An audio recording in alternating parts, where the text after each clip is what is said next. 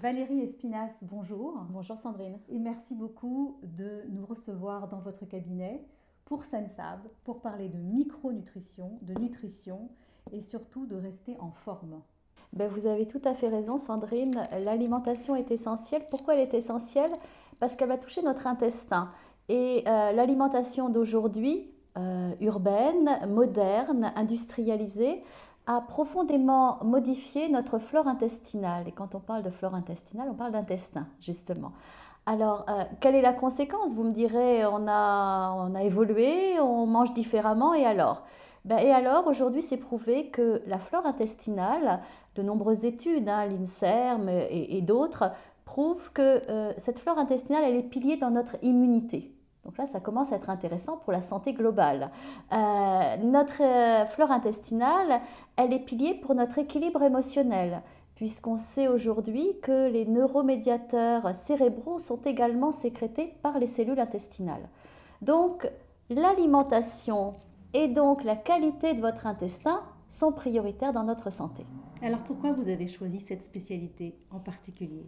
Alors pourquoi j'ai choisi cette spécialité en particulier? C'est intéressant comme question. Je suis pharmacien au départ, j'ai connu l'industrie pharmaceutique, j'ai connu l'hôpital et j'ai souhaité me rapprocher d'une santé globale, et l'alimentation fait partie de cette santé globale. Et la micronutrition, qui est l'utilisation des plantes, des acides gras, des nutriments, nous permet aussi de rééquilibrer notre organisme de manière naturelle. Donc j'ai voulu me rapprocher d'une pratique santé globale au naturel. Aujourd'hui, vous recevez beaucoup de patients et vous voyez la différence entre ceux que vous soignez et vous voyez les résultats. Alors les résultats, ils sont même des fois spectaculaires pour moi-même, puisqu'on s'aperçoit en fait quand on fait une prise en charge autour de l'alimentation, autour de l'intestin, ce dont on a parlé tout à l'heure, les effets et les bénéfices collatéraux sont des fois très surprenants.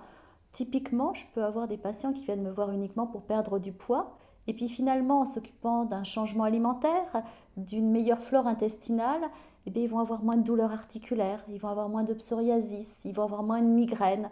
Bref, on s'aperçoit que les effets bénéfiques sont souvent bien plus loin et vont bien plus loin que ce qu'on peut attendre. Et ça, c'est vraiment la prise en charge globale du patient. C'est ce dont on parlait tout à l'heure aussi, la prévention santé, puisque beaucoup de personnes qui vont nous écouter souffrent de maux, de douleurs articulaires, de troubles du sommeil, en pensant que c'est normal. Ben non, c'est pas normal d'avoir même des maux qui ne sont pas des pathologies. Je souffre d'eux, j'ai mal à la tête, j'ai mal aux articulations. C'est déjà un signal de mon corps que j'ai de l'inflammation et que ce n'est pas normal. Donc on doit pouvoir agir, et ma pratique est au naturel, sur tous ces territoires par des changements alimentaires qui sont efficaces et par l'usage de plantes, de micronutriments qui permettent de rectifier des déséquilibres qui peuvent s'être installés et qui provoquent ces maux que l'on peut avoir au quotidien. Donc vous pensez que ce que l'on mange est aussi important que ce que l'on respire? Ah là là, notre alimentation, c'est pas moi qui le dis, c'est Hippocrate qui le disait il y a tellement d'années. Notre alimentation est notre première médecine. Et je pense que heureusement, les mentalités aujourd'hui évoluent. On a connu l'ère de la médecine absolument pharmacologique, qui est importante, mais aujourd'hui on connaît l'ère de la santé par l'alimentation, c'est-à-dire retrouver les basiques, c'est-à-dire qu'est-ce que je mange et qu'est-ce que je suis. Et je peux vous dire que moi aujourd'hui dans mon cabinet, quand j'ai des patients qui viennent me voir avec des problématiques digestives en particulier, cutanées, de migraines, quand je vois leur alimentation, je me dis je comprends pourquoi. Vous voyez? Donc le changement alimentaire vraiment est participatif dans un état de bonne santé, évidemment.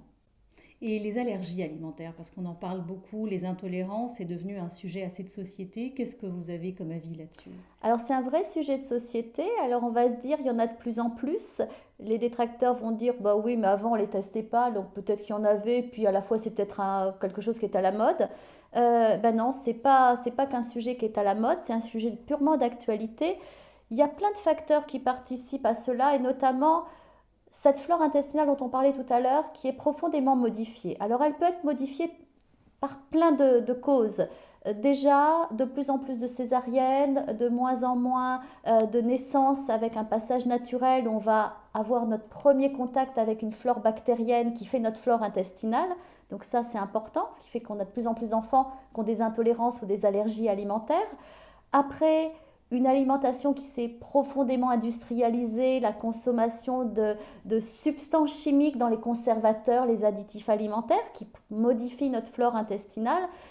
Et puis une dimension aussi qu'on mesure moins, c'est l'utilisation de plus en plus de médications. Les gens prennent de plus en plus de Trop. médicaments, trop, je suis d'accord avec vous.